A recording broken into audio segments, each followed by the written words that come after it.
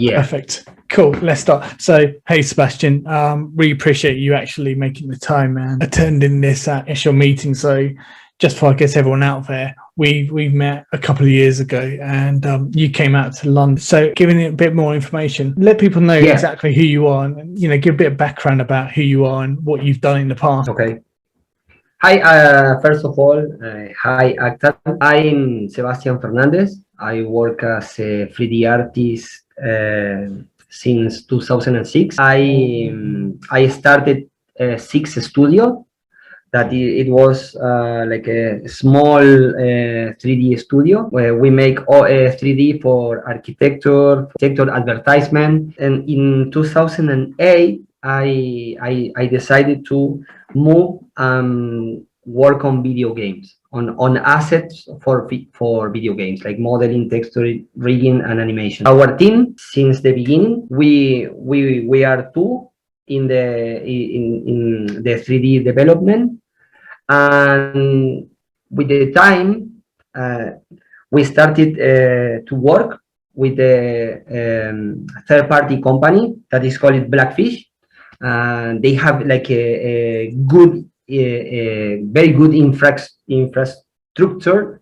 Sorry, my English. That's all right. And the part of ZYX Studio that they make is they help us in all the like programming, coding, in all the things that doesn't have to see with everything that is not 3D.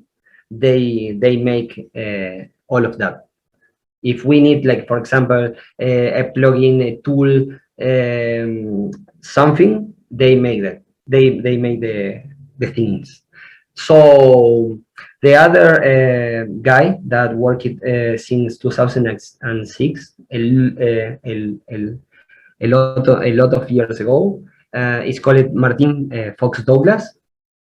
He's a cinema director, and he has made a lot of works as a 3D animator for like the Disney, Universal. For example, you can see now we made like all the cloud simulation for one of the last games of Harry Potter. Yes, we have been doing a lot of 3D outsourcing. And like I was saying, in 2015, we started to make our own games. It was very hard because here in Argentina to get resources it's extremely complicated because all the politics and things is like we are like a block.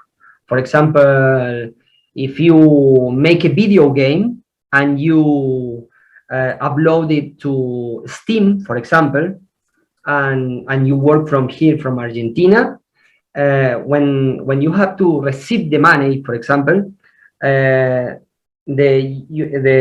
United States government, it takes 30%, Steam platform takes other 30%, and so you have to receive 60%. And the Argentinian government, it takes 50%. So if you are a developer on Argentina and you want to sell your game on Steam, you have to know that you will receive for your game 8%. So if, for example, if you sell your game for $1, you will receive 0.8 cents. And just what you're saying there, Sebastian, you talk about the Argentina, I guess, country itself. Is there very little support for game developers because of that split in the profit sharing, or I would say revenue sharing scheme? Is it really hard to be a games developer or a studio in itself because there isn't that support there in Argentina? The thing is like, I think is a thing that is happening in Europe too. Is that every young boy that wanted to start a new business or a new career in college, there are a lot of advertisement and a lot of news that it says that video games are the most profit industry in the world, more than cinema, more than music. But the real thing is that people that say that, they are like schools that they are trying to sell their course. But the real thing, for example, in Spain, one fact is that 9 of 10 companies close before the free first years, or they don't get the revenue on their first game, and they have to close. So I don't think it's a Argentinian problem. I think it's a global problem that a lot of people are thinking that if you make video game, you will become millionaire and you will have a lot of things. And the real thing is, I know people that have their games has been very successful. Not even that is so successful. The industry is a lot of hard work, and it is never give up. And I always tell the people that work with me, because they to make video games is like a daily fight with things that you will never thought that it will happen. Like the code is not working. The 3D model is going through the walls, and the compilation, you don't know why it's not compiling. It is like this. I define it to work in video game industry like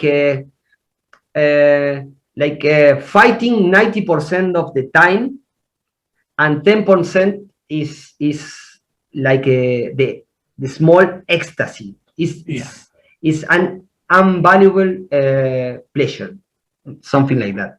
And just but it's very complicated, but it's very fun. It's like a hard game. It's fun for me. It's fun, and when you start to winning contest, and the good thing is that it can open a door for you, for small developers, in investment and travel around the world, knowing a lot of people. And of course of that, you need talent, persistence, and really love the things that you are doing, because they will try to get you crazy, like something like that. Yeah, definitely. Thanks for that, Sebastian. So you talked about, I guess, initially you started off at 3D modeling and being an outsourcer of 3D modeling, and then you moved over to the game side in 2015, and you've touched upon it. I guess, what was it for you, I guess, moving from what you were very good at in terms of 3D modeling into a completely different industry that was probably a bit of a challenge, and it's an unknown there? What was the real, I guess, reason to move into that, and what additional skill sets did you need to move into the games industry? Yes. For example, I love 3D, but more than that, that is the reason that I study cinema and I make 3D, is because I always wanted to tell stories. And and I started 3D to make my own short films.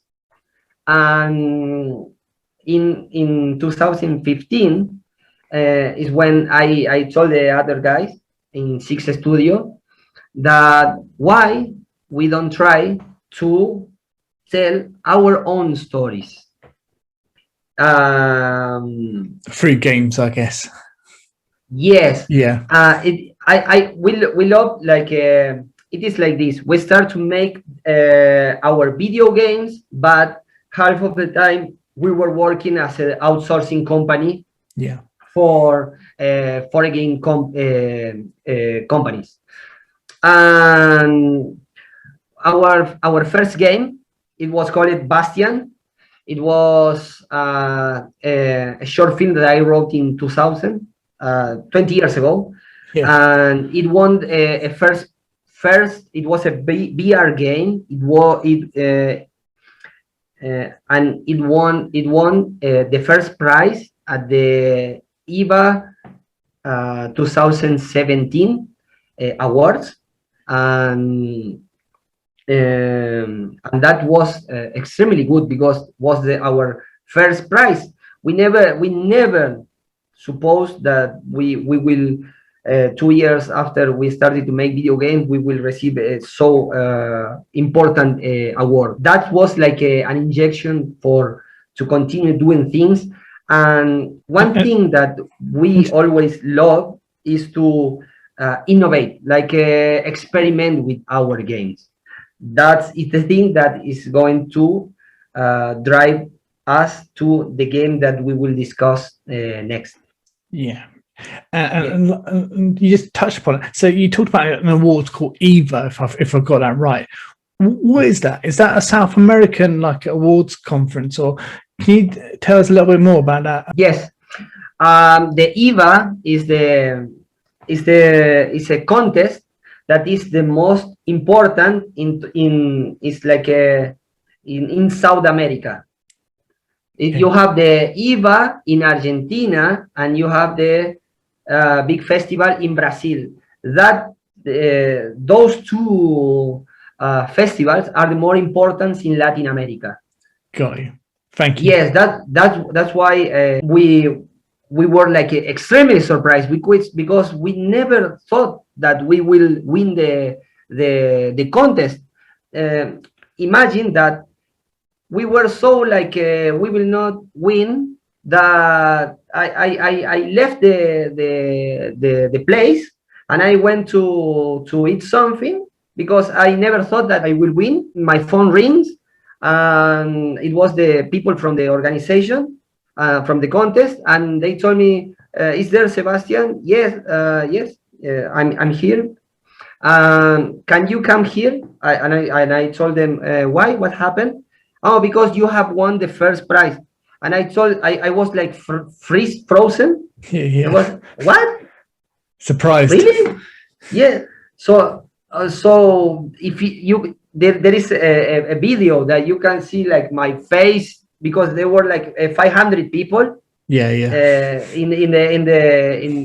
the crowd, it was like very insane. That was 2017. Yeah. And then we started to in 2018 we achieved like 7 different awards from United States to China. And did you feel from that first award, Sebastian, that that's probably helped, I guess, give you a spring in terms of making you recognize and I guess helping your studio from an awareness in the industry? Yes, because one of the benefits of that award was that we were selected to participate in another contest. It was organized by the Cannes Festival, INCA, that is the National Institute of Cinema. One thing that I think is very important, it is like why we received this award. Yeah. It is because our game was a VR game, and generally VR game are like throwing a ball or shooting a gun, but generally they don't take advantage of to tell a horror story driving in, and we make that, and that's why we received the award, because it was the only VR game that has an storytelling, and we are the only people in Argentina that has an Inca award. We have the design and everything. That is the National Cinema Institute. And we met in 2019 here in London, yeah. Sebastian, and I think there's very good reason why you came over from Argentina to the UK. Do you want to tell a little bit more about your journey over here and why you came over to the UK? In 2019, I think I can start to talk about SuperNavecitas. Yeah. How because the journey begins in the garden of one of my friends. Yeah. Yes, we were on the pool, like talking about our next game, and we were the three of us were talking about what we can do about the next game. I told him I want to do something like original. I don't care how, if it's a first person shooter, third person shooter, or a Tetris game or a Candy Crush, but with something original. And one of the guys says, I always wanted to do a space shooter, like I don't remember, like Space Invaders. Space Invader, something like that. Yeah. And the other guy was near the pool drawing things, because he is the artist. So of course, for the movie, he has to be drawing. No. And I then in that moment I said, and why we can do a game and we can make all the assets in paper, and we take a picture and we create an asset with the pictures, and we can make a real paper video game. And the funny thing was, like the two guys look each other, and they look at me, and they say, "You're crazy. Nobody will like that thing." So I say, okay, but I keep the idea. So I was like processing the idea in my mind, and 5 months later, I talked one of the guys, and I told him, please make a draw of a space ship and a couple of bad guys, and I will make a test, and we will upload to Facebook, and if people like the concept, we will make a video game. And he says, oh, why not? Okay. So he draw like a spaceship, and he take a picture, and he sent me the picture. So he cut it with scissors, and he sent me the picture. But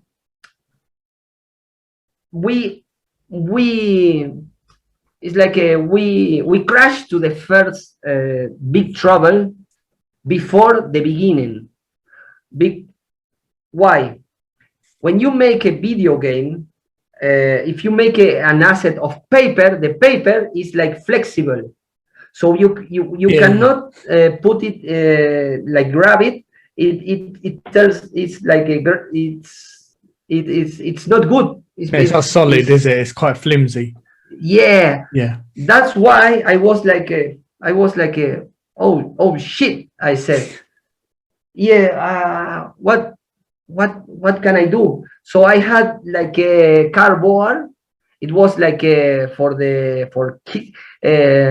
was like, I don't know how to say, it's like insecticida. It's like it's a venom poison for mosquitoes. Okay.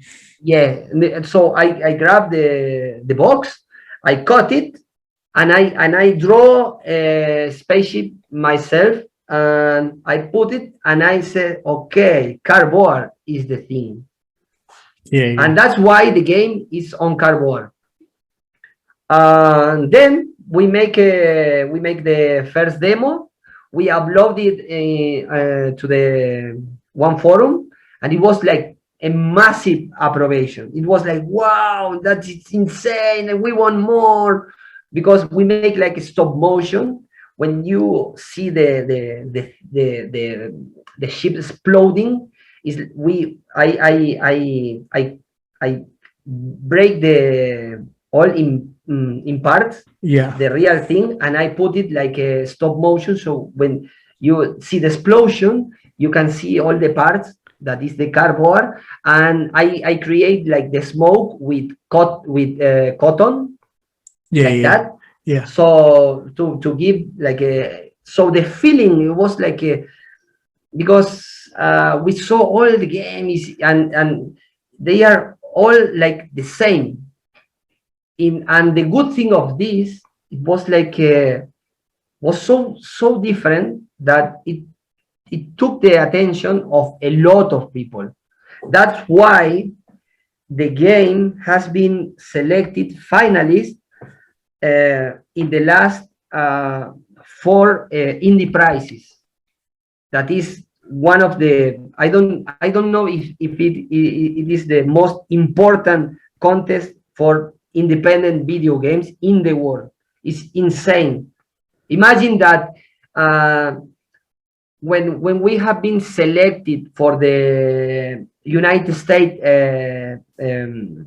Castle Indie Prize, all the event, it is on Disney in Los Angeles or California. So I don't know, but in Disney, imagine your game. Imagine that you are here in a small town in Argentina, and you can, and your game Get will recognized be on Disney. It's Yeah, insane. Or like it happened when to us when it was showing in London, in one of the most important place in the world. It's like it give you like creeps in the skin. It's insane.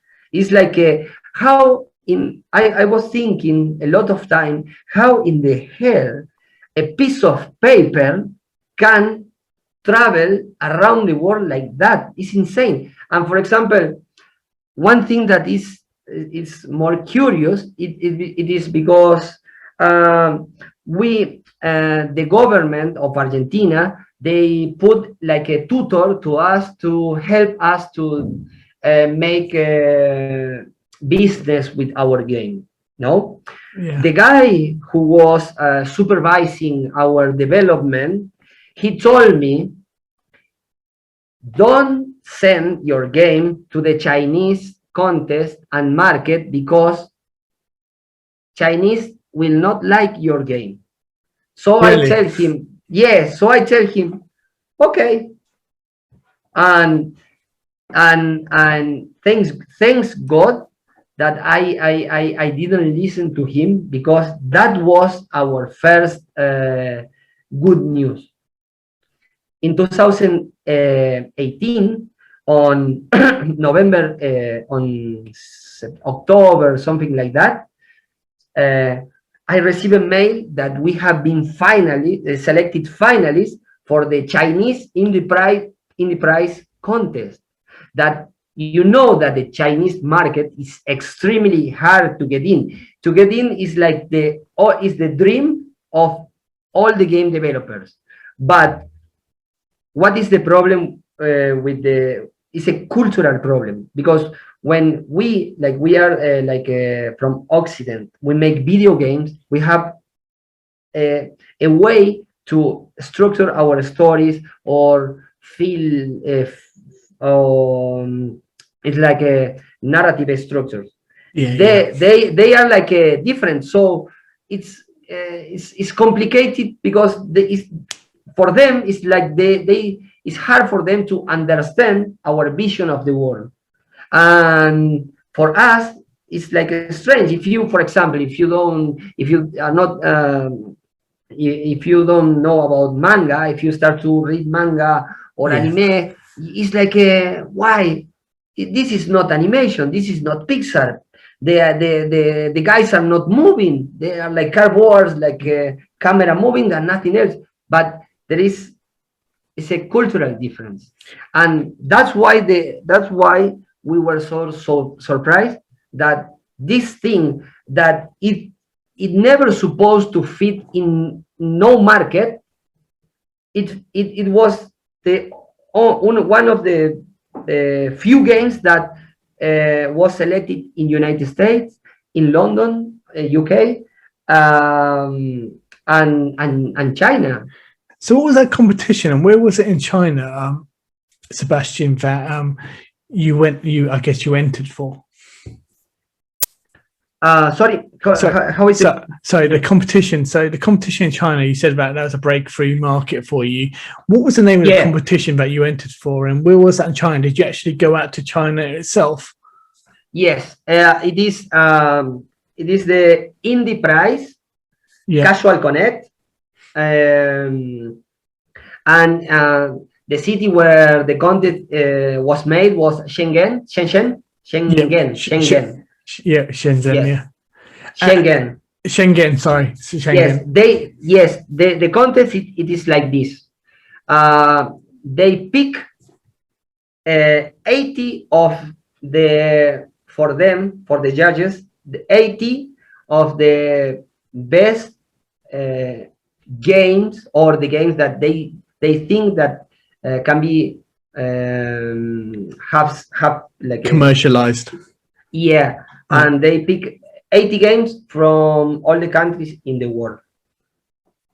So basically, I guess if your game is picked, then you've got a very much successful chance that it's going to do very well. Yes, because, for example, if you are an independent developer, the first thing you have to achieve is to have the attention of the people that can invest in your game.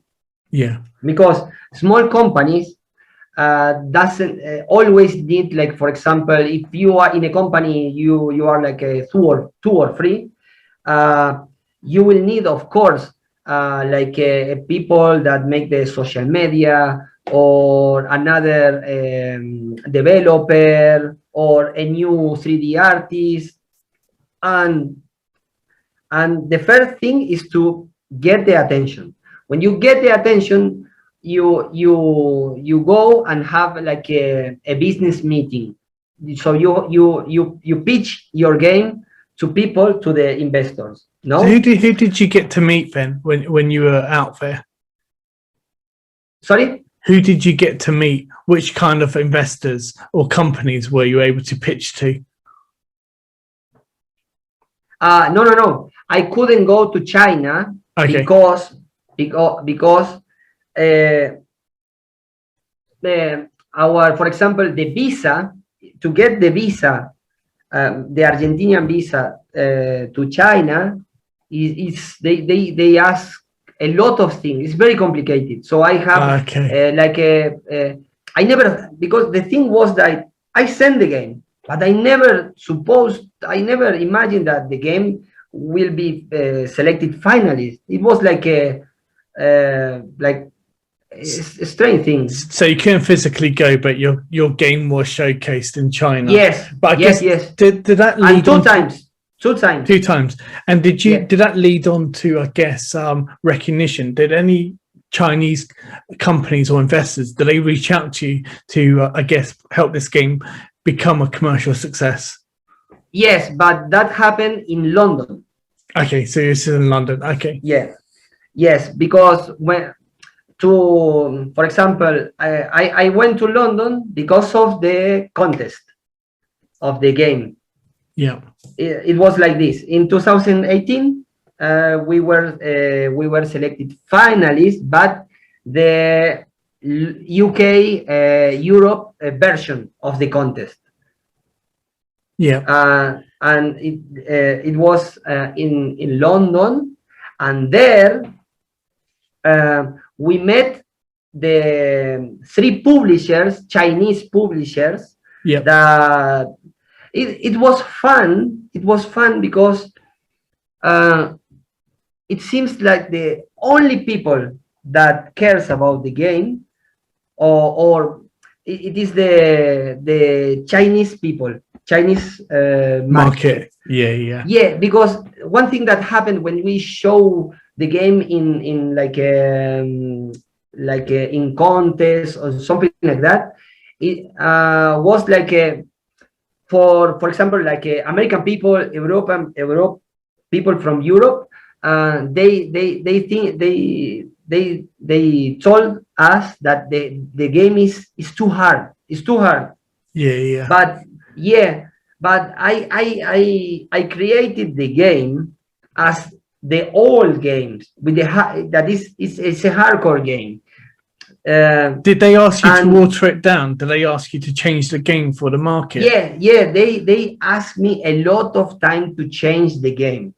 But the funny thing was that 3 major publishers of China, that I have the names, then I will send you the contacts. Sure. Yeah, they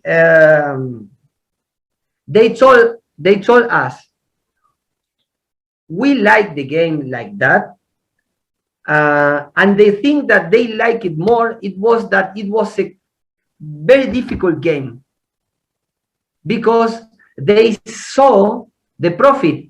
Because if the game is hard to win, when you lose, you put advertisement. So yeah. So Chinese are very fast. So they because I think it's not a coincidence that every the game has something that people from Asia like. I don't know what it is, but it's like that. So you put like a table with the game. Yeah. You will see that people from Europe will see the game and will continue, and they will continue walking. But if you see an Asian people, it will stop and it will play the game, and he will make a smile, and it's very comforting for the developers. It's nice. So with these 3 publishers that came out to Sebastian, what was your experience, I guess, dealing with them, and did any of that come into fruition? Did you actually, I guess, go with one of them to actually go ahead and progress the game with? Yes. After we have the meeting in London, we were like let's stop a moment, and we started to realize that this strange thing or crazy thing can make us make money. So we was like, okay, so this is real. Because the publishers were real, and they have real interest in the game. Yeah. And the thing was that okay, we decided to. I was working in another thing, so I didn't have a lot of time to work on the game. Sure. But our plan was to have a meeting again with the Chinese publishers in London on April 2020. But because of the pandemic, we couldn't have the meetings. And how has that impacted you? Are you still in discussion with those publishers, or is the project hold? So I guess overall, what's happened to SuperNavecitas since you've had those conversations, and unfortunately the pandemic has hit all of us? Yeah, first of all, I told our guys, these things can happen. we will have to wait until the Chinese market opens again. Yeah. But we have time to improve the game. So we will we took this extremely bad situation as like the pandemic, and I told the guys, I have an idea. Let's make our game fight to the COVID, against the COVID. So we create now the game. Your main goal is to fight against the COVID. So you have to kill the COVID in the game. And the game, it's a very big monster that he is throwing you a small variation of the COVID. And I think people will like a lot. And it's like you can have your revenge with this annoying disease. And just on that, Sebastian, like you talked about, I guess the enemy now, like you've had to, readapt it now to the current climate. Do you want to tell us a little bit more about the game itself? Like, what is the actual, I guess, theme of the game, and what platform is it played on? Is it predominantly a mobile game, or can it be played on PC?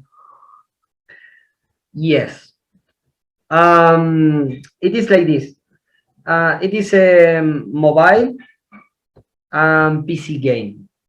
Yeah. And so can I play someone, if I was on the mobile, can I play someone on the PC, or is it that actually it doesn't work like that? They have to be on their own device. So you can download it this version for free from the Google Play, and we have to upgrade because we have one version, iOS version, but it's an old version. We released this version with the COVID on the Google Play. I think people like it a lot, and now we are planning to adapt the game for iOS. But for the Chinese market, iOS is like the publishers told us that they don't want the game for iOS.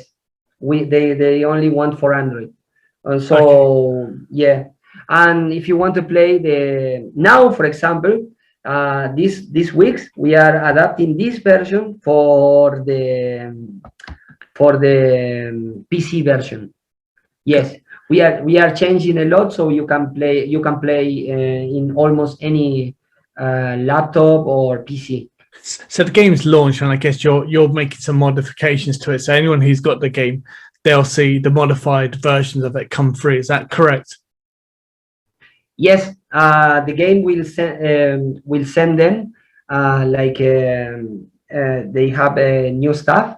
They have that we have upgraded the game. And a lot of things.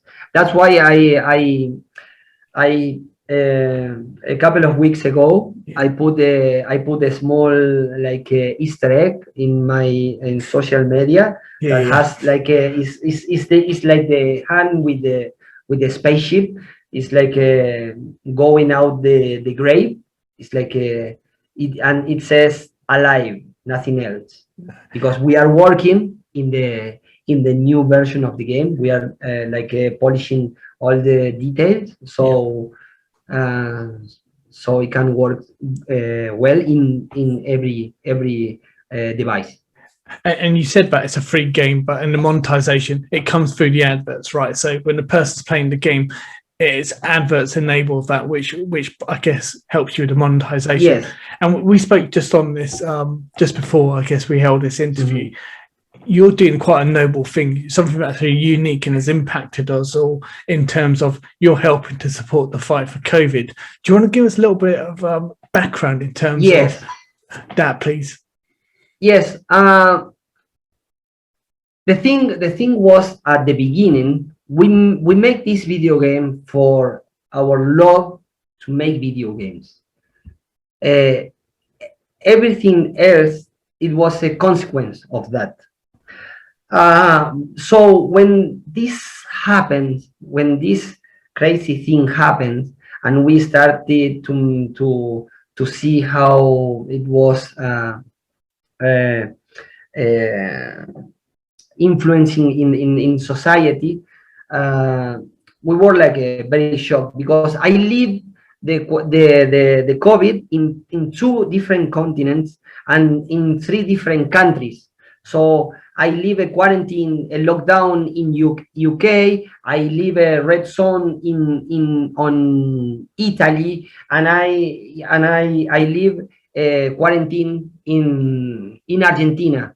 So I experiment with people from different parts of the world, how they feel about the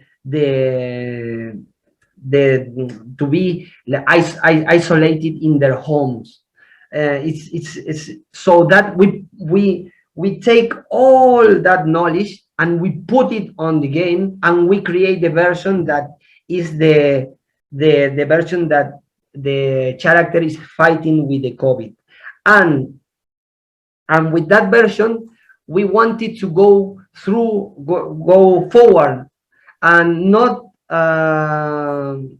that go forward, go more than the game. We wanted to expand that. So we have the game on Steam, and I talked with the other developers, and I told them, what do you think if we donate and we give all the money that every copy of the game that is sold on Steam, we will donate to the COVID fight. It can be for like a poor country. It doesn't matter, but it has to go to the people, because we want to make our game part of the real life. So it's like a cross a frontier. Is when your work, your game, is more than a game. And that's quite a noble. That's quite a noble thing, especially with what's happening at the moment. Yes, and when they say okay, they love the idea, it gives us a lot of strength. We were not making the game for the money we will receive. We were making the game because it was like a real fight against the loneliness, against the depression, against a lot of things. And that, I think, is the strength of the game, is the main core. That's why the game is still alive and wanted to be like something else. And just on that, Sebastian, how can people support you in terms of, I guess, helping the fight? Can they go to Steam and purchase the game? Yes, we will. Of course, we are preparing all of things, and we will release this version on Steam, and they can support us there. And then we will put all the things what we are going to do, so they can see what we are doing with the earnings, or where it's going, because we are our own bosses. Yeah. So we don't have to ask for any permission to give the money to a hospital, or so we are free to help us and fast, because sometimes help you have to put like papers and document, and it's easy to put the money here and buy the vaccine, and that's it. And so, do you know how much you've been able to, I guess, raise for the help to fight COVID at the moment? it is we try not to think how much the game can earn. Yeah, sure. We only want to make the game, yeah, and see what happened. We give our best.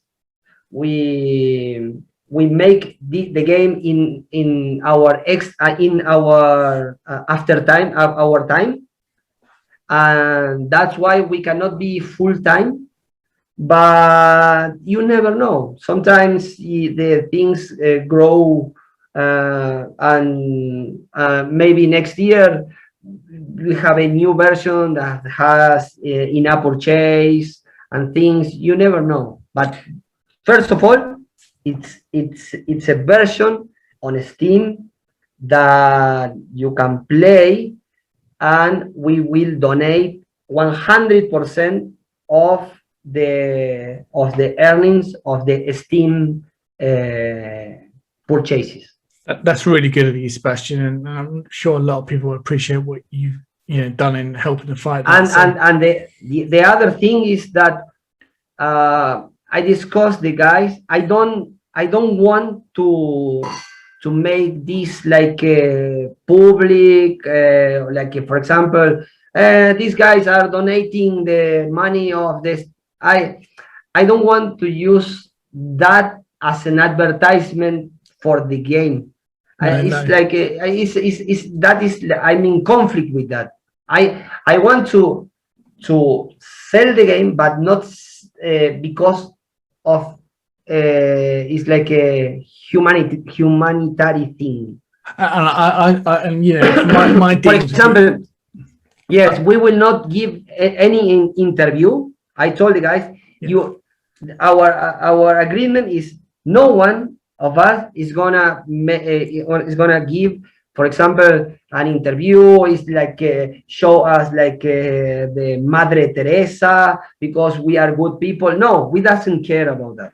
We will make the game, we will put it on Steam, and we will donate 100%, and we will not do other stuff. And I can definitely vouch for that. I've met you, Sebastian. I've dealt with you. You're a very genuine person, and I can tell that it's something that means a lot to you, and you're trying to help for that.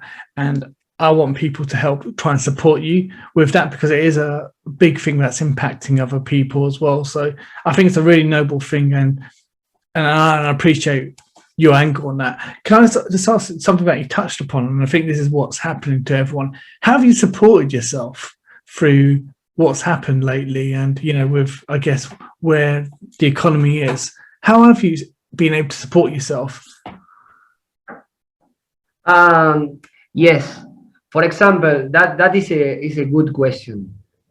In 2006, when I started to work as a freelance artist, 3D artist, people said, "You are crazy. You are working through the internet. It's not possible." And because imagine in Argentina in that time there was in my city there isn't internet, so people doesn't know what is internet. So they thought we were like crazy, and it was like this. It's like we have been preparing for this thing for 15 years. So we were prepared because we are adapted to work online, to work at home, to work in good and bad conditions, good and bad internet,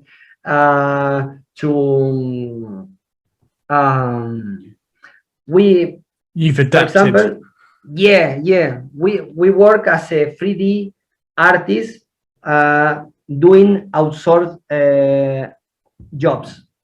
And have you still been able to do that during lockdown? Yeah, of course. That's good. Yes, and it was good. It was very good because everyone was working from home. Yeah. No, I've had that as well, and I'm really glad that you've been able to, I guess, find something, because it is hard for indie developers to supplement their income where they're not quite established yet. But you're going to get there one day, hopefully, Sebastian, because you're talented and you're very noble in what you do. So hopefully we'll get to see SuperNavecitas hit the Chinese market once everything opens up. Have you got anything else in the pipeline? Anything else that you're looking to progress? Or what's the future for ZYX Studio? I forgot to say that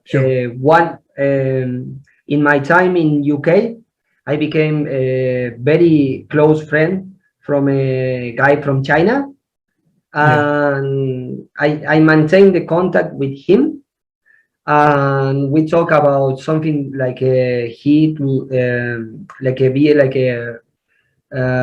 not manager, like a big person who showed the game to the publishers there in China.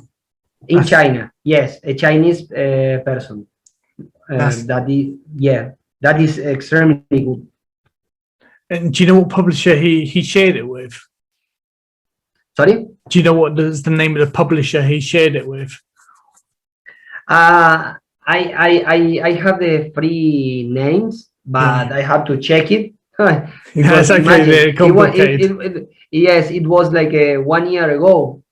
Yeah. So and Sebastian, this is something as well, and I'll cut this out from the interview. If it's something that you can't really share because you're still discussing, don't share it. That's okay. We can just say free Chinese publishers and don't share it. So feel comfortable with where you are. If you're still negotiating, I suggest don't share the names in terms of who they are, and we won't disclose it on here as well.